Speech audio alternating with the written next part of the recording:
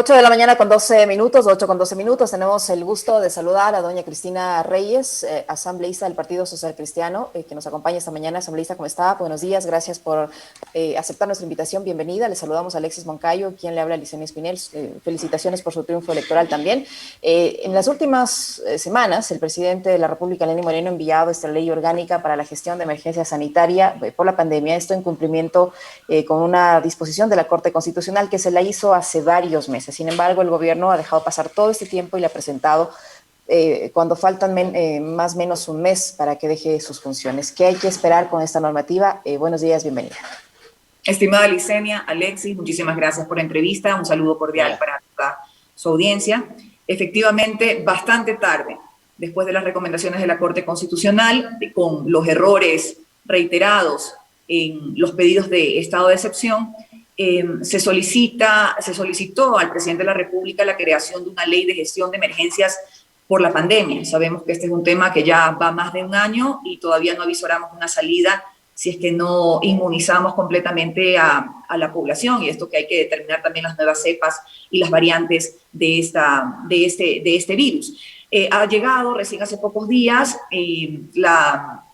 esta ley para gestión de emergencias sanitarias por la pandemia, que básicamente lo que contempla es reconocer zonas de alerta sanitaria, es decir, por zonas geográficas, el poder determinar focos peligrosos y en esas zonas específicamente la Secretaría de Gestión de Riesgos anunciar alerta y poder ir hacia ciertas restricciones de movilidad, ciertas restricciones de libre asociación, etcétera.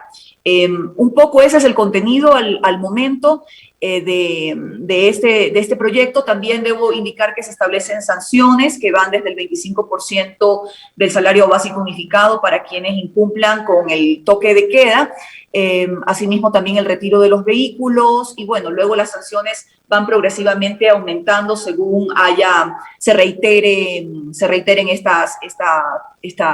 o se incumplan estas disposiciones.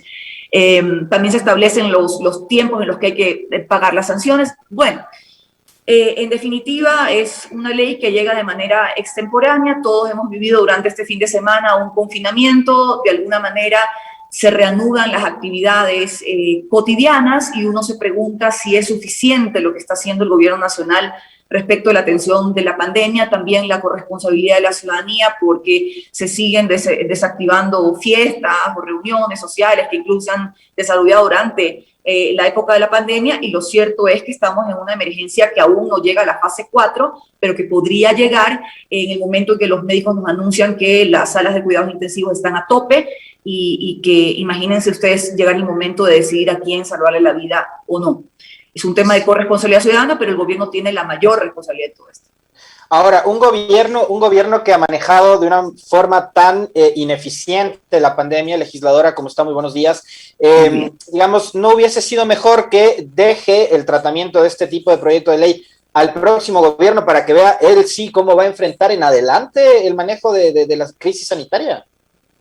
Bien, recuerdo usted que el contenido está sujeto a modificaciones, que Alexis ha sido presentada y es una ley es una ley orgánica. Entonces, nosotros al momento, esta asamblea saliente únicamente va a calificar su contenido, va a calificar el proyecto en sí mismo, probablemente designarlo a una comisión, pero será la nueva asamblea la que trate los puntos, pueda agregar, pueda quitar, en función de que también esta es una emergencia que es dinámica, ¿verdad? Que va cambiando, que nos va presentando nuevos problemas. Mire usted cómo el proceso de vacunación, que debería ser un proceso técnico, un proceso que es tan delicado, que es tan importante para cada uno de los ciudadanos, está viciado de una serie de corrupción, de irresponsabilidad. El último fin de semana hemos visto cómo un enfermero inyecta una dosis, bueno, no estaba la dosis, una inyección vacía a una persona, luego se determina que también la persona aparentemente se habría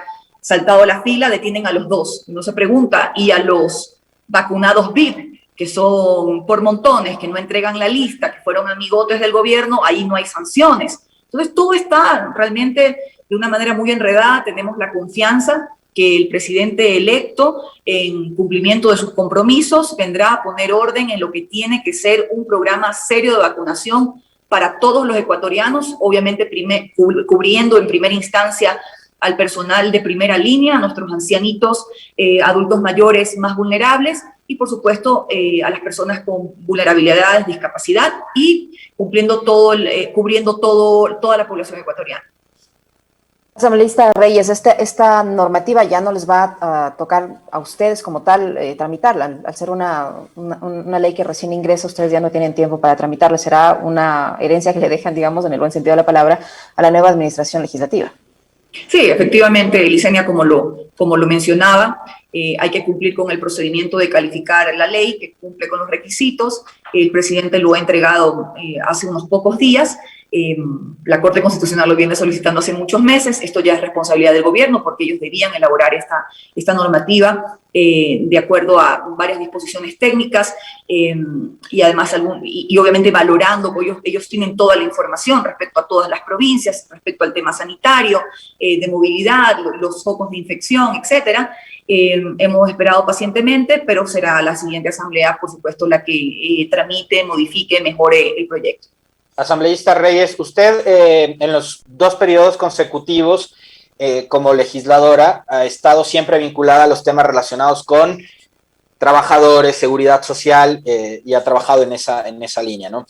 Ahora hay un relato que lo hemos visto durante este fin de semana con mucha potencia en los medios de comunicación que hablan de la no sostenibilidad de la seguridad social y de que el IES estaría entrando en una etapa de crisis muy profunda.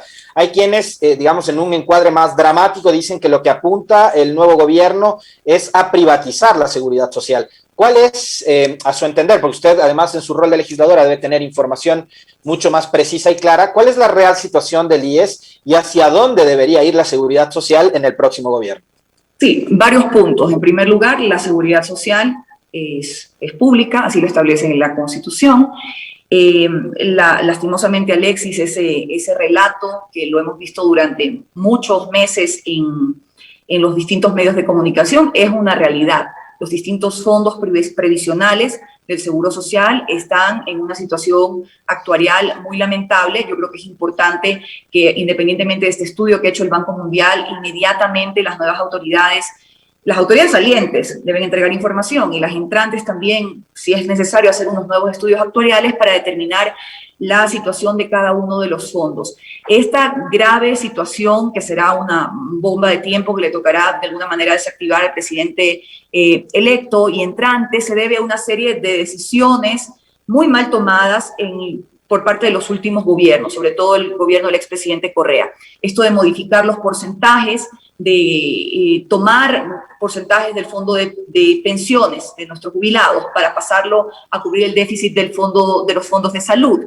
Esto se atenúa con los grandes contratos mancillados de sobreprecios y una pésima administración, el tema hospitalario, que ha generado corrupción. Además, también creo que habrá que revisar de alguna manera el personal o la nómina administrativa. Yo no me refiero a médicos, enfermeros y demás, que por supuesto mi respeto y mi apoyo para ellos y su labor, pero sí en cuanto al tema administrativo del IES, que aparentemente está inflado y representa gastos. Por otro lado, también está claro que la eliminación del 40% de aporte al Fondo de Pensiones Jubilares, que fue eliminado en el año 2015, si no me equivoco, en el gobierno del expresidente Correa, y que luego hace un año, gracias a Dios, ganamos una demanda en la Corte Constitucional y fue restituido ese aporte que ahora tiene que hacer el Estado, dejó un déficit que muchos analistas interpretan en cerca de 4.000, 5.000 millones de dólares al fondo de pensiones.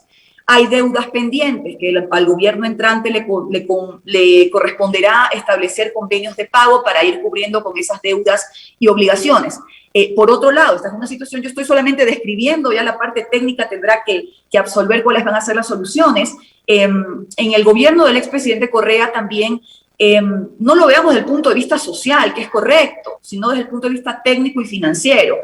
Aprobaron una resolución en la que se le daba cobertura de salud a los hijos menores de edad de los trabajadores afiliados, pero nadie paga esa cuenta.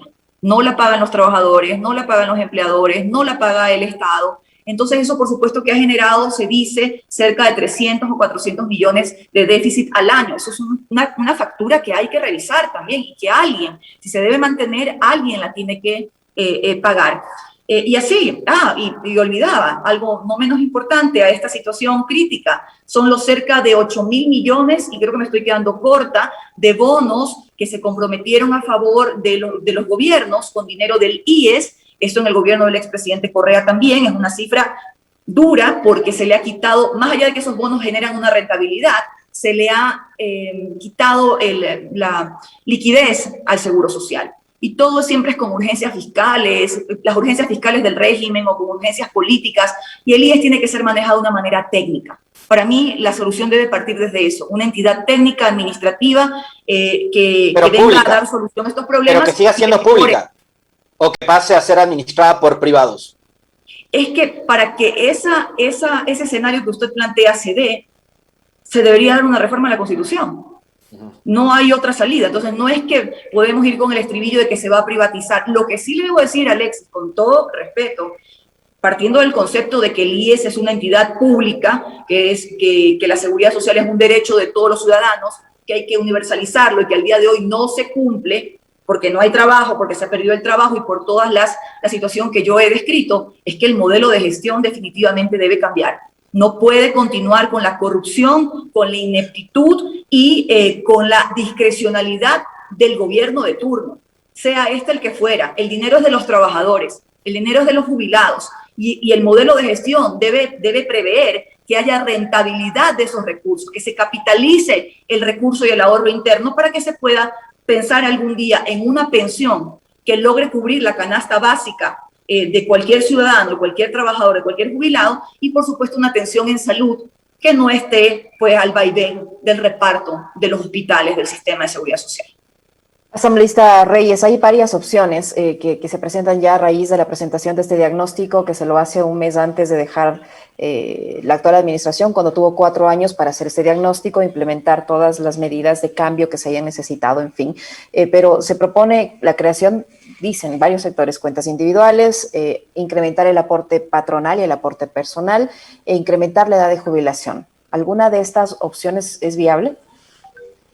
Podrían ser viables, pero me temo que afectarían demasiado a los trabajadores que ya están siendo muy golpeados. Muchos han perdido su trabajo, aquí lo que hay que pensar en primera instancia es en generar empleo productivo para aumentar la cobertura de cotizantes al sistema de seguridad social. Yo me rehúso a pensar que estas medidas, que pueden ser de carácter técnico, afecten finalmente a las partes más débiles, en este caso, que son los trabajadores, que consideran que esto es un impuesto, a los empleadores también, que de alguna manera no tienen control de estos recursos, porque mire usted que ni siquiera se logra hacer las reformas para poder colocar a un nuevo representante, en este caso de los empleadores, aumentar los años de jubilación. Es un tema que habrá que analizar. Hay ya una serie de trabajadores que está en curso.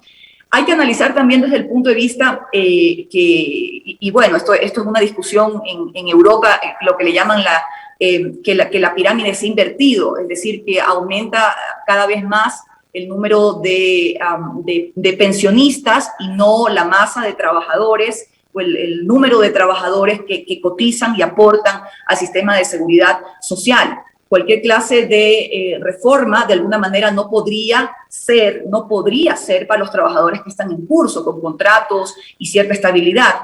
Si es que se llegara a hacer, y esto yo no lo puedo ni asegurar ni lo estoy pidiendo, porque le insisto que para mí es muy importante cuidar a la parte más débil, que son los trabajadores, cualquier clase de reforma pues se tendría que mirar en función de los nuevos cotizantes y por supuesto todo esto tiene que obedecer estudios actuariales, no puede ser una medida tomada así nomás porque le place a cualquier funcionario.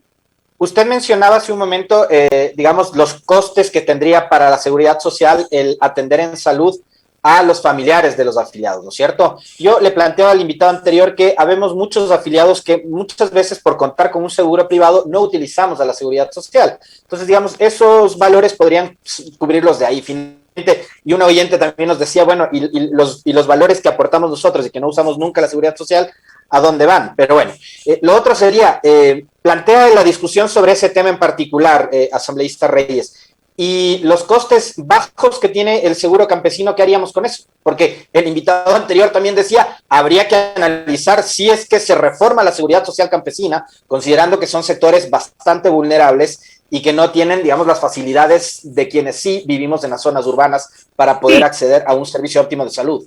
Y recuerde usted que hicimos un aumento al valor de las pensiones que reciben los afiliados al Seguro Social Campesino, que tengo entendido son cerca de 50.000, probablemente me estoy equivocando.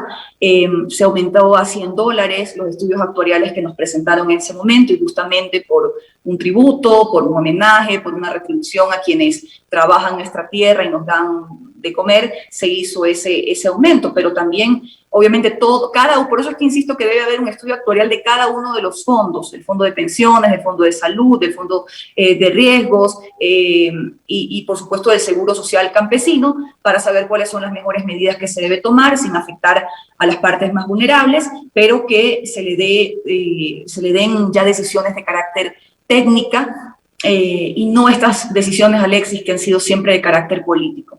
Al IES siempre se lo ha tratado de exprimir, se le ha intentado quitar recursos, siempre se habla de operaciones en función del gobierno, de allí la importancia de blindar a los recursos del Seguro Social. Para mí, mire usted que se hizo un análisis hasta hace poco del portafolio del BIES.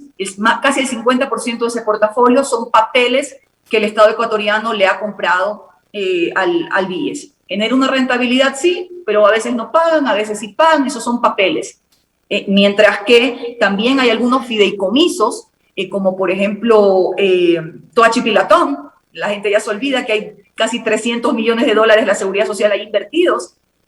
Y una serie de fideicomisos que están también observados por Contraloría. Entonces, ¿en qué momento dejamos de buscar la rentabilidad y capitalizar los recursos del Seguro Social por cubrir las urgencias fiscales de un régimen? Aquí hay otra serie de opciones que pueden brindar esa rentabilidad. Hay que mirar también cómo está el tema de la cartera de los créditos hipotecarios, en función también de de los compromisos que tiene el nuevo gobierno de generar o dinamizar este sector, que además también permitiría a un afiliado el tener su casita, su departamento, pues su propiedad al final del día.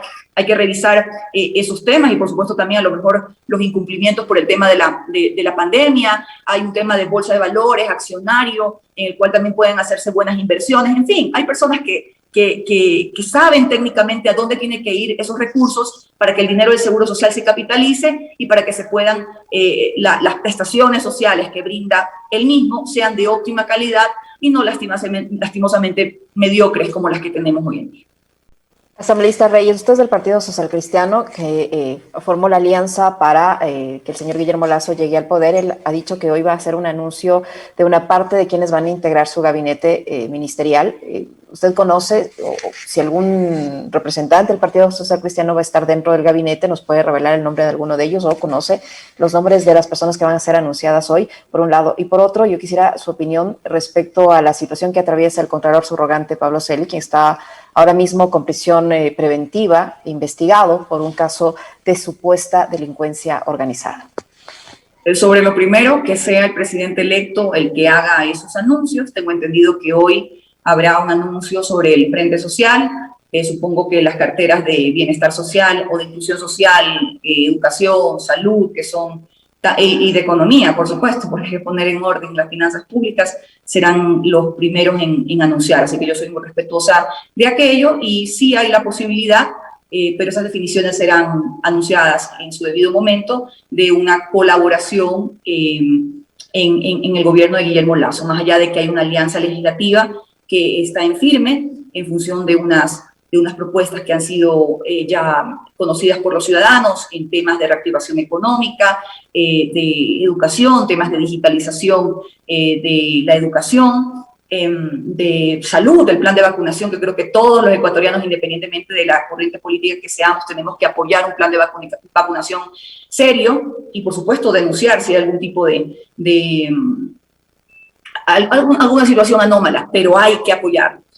Respecto a lo que usted me pregunta, también considero que es una situación lamentable que nuevamente una autoridad de control esté inmersa en estos hechos, respetuosa que la justicia actúe dentro de un debido proceso y efectivamente creo que tenemos que ser mucho más cautelosos Mire usted que se echó abajo una propuesta ciudadana de modificar la forma de elección de las autoridades de control, porque hay serias críticas, no a este precisamente Consejo de Participación Ciudadana o completamente ese Consejo de Participación Ciudadana, sino al modelo en sí mismo, que se degeneró de alguna manera, que ha servido en el caso del gobierno anterior para colocar con concursos ficticios a familiares o amigos o adeptos a cierto régimen. Las autoridades de control tienen que ser independientes. Pero fíjese usted, asambleísta, yo coincido plenamente. Para mí el modelo del Consejo de Participación no es el modelo perfecto, pero en manos de Trujillo pusieron a gente que no estaba ni siquiera en condiciones legales de asumir el cargo, como este consejero Morillo en la judicatura, o dejaron a Pablo Celi como encargado y blindado además no solo por Trujillo, sino por la Corte Constitucional. Entonces, no ha sido solamente el Consejo de la época de Correa, sino el Consejo del Trujillato también ha dejado una serie de barbaridades, como la del mismo Celi y la del otro consejero. El Consejo de la Judicatura de Transición fue un completo desastre. Recordamos de esas pugnas entre Rigail, entre Juan Pablo Albán, etcétera, etcétera, y la doctora Porras, ¿no? Sí, todo está sujeto a la valoración histórica. Recuerde usted también, Alexis, que el doctor Trujillo, que en paz descanse, fue parte de un proceso avalado mayoritariamente por los ciudadanos, que en una consulta popular dieron paso, y esa es una decisión muy respetable, evidentemente valorando lo anterior, que el Consejo de Participación Ciudadana anterior había sido parte justamente también de estas irregularidades, que nunca investigaron nada, que nunca vieron nada, que, en fin, el propio Contralor era parte del esquema mafioso de Odebrecht, que luego vinculó a otras autoridades de gobierno que están en la cárcel, en fin. Vamos a los conceptos, y al final del día estos conceptos, por más estrictos que sean o por más normas jurídicas que fuertes o estrictas que sean, todo al final del día recae en la condición humana y en la calidad humana de un funcionario, en este caso, que cumpla con su deber y que no se deje endulzar lastimosamente por los venenos del poder, de la corrupción y lastimosamente de temas tan terribles que hemos visto en nuestro país. Así que lamentable que la justicia siga su trabajo, pero yo creo que sí habrá que mirar en el futuro, hacer reformas que desmonten este modelo. Asambleísta Reyes, para finalizar, la actual administración legislativa va a terminar con el proceso de juicio político al exministro de Salud, ¿o le van a dejar eso para la siguiente administración? Entiendo que sí. Recuerde usted que en las reformas que se hizo a la Ley Orgánica de la Función Legislativa, que tenía una serie de vacíos la anterior, y es por eso que se dilataban los procesos de una manera ya bárbara, que se dejaban 11 meses encajonados un proceso. Esta ley establece plazos. Y recuerda que en este caso los proponentes son también los legisladores del Grupo de la Revolución Ciudadana. Se le dio tratamiento a la ley, al juicio político en primera instancia presentado contra el ministro de Trabajo, que como ustedes saben no obtuvo los votos necesarios para la censura. Entonces inmediatamente la Comisión de Fiscalización ya tiene que abocar conocimiento del juicio político contra en este caso el ministro de Salud, que sabemos abandonó el país en unas circunstancias muy penosas, en medio del caos de los vacunados VIP, y que tendrá obviamente que responder a sus responsabilidades tanto políticas como judiciales. Le preguntaba a Listenia sobre el tema del nuevo gabinete. Yo coincido con usted, eso deberá decirle al país el presidente electo Guillermo Lasso, 11 de la mañana hablará del Frente Social, pero yo le quiero preguntar directamente a usted sobre qué va a pasar con el futuro político de Cristina Reyes. ¿Se va al Parlamento andino? Usted ha sido elegida con voto popular parlamentaria andina, ¿o aceptará ir a la gobernación del Guayas? En este momento ya me encuentro incluso trabajando con algunos rectores del Ecuador sobre temas de integración, de movilidad de nuestros jóvenes, nuestros estudiantes. Eso es un tema que se deberá implementar de todas maneras, pero Alexis, no nos adelantemos. Está claro que hay algunos anuncios, hay algunos rumores y demás. No los dejemos allí. No descarta entonces. Yo misma daría a conocer a la ciudadanía si es que existiera alguna posibilidad de servir al país en otra instancia. Al momento me encuentro concentrada en lo que serán estas nuevas labores de integración, trabajando con el equipo y por supuesto con el objetivo de darle visibilidad a este espacio de integración tan importante para Ecuador. Muy gentil. Muchísimas gracias a la legisladora Cristina Reyes, asambleísta del Partido Social Cristiano, siempre por su apertura. Gracias, legisladora, que tenga un excelente día. Muchísimas gracias. Gracias.